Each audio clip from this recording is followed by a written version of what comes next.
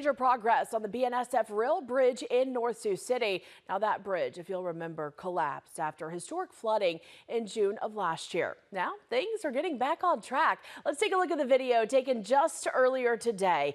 You can see significant progress on the reconstruction of this bridge.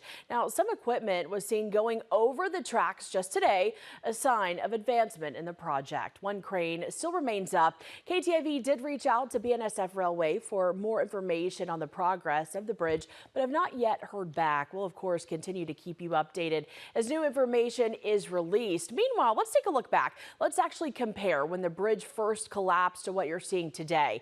Now, on your left is Skylink 4 drone video of the bridge the morning of June 24th last year when water rushed through, partially collapsing the span.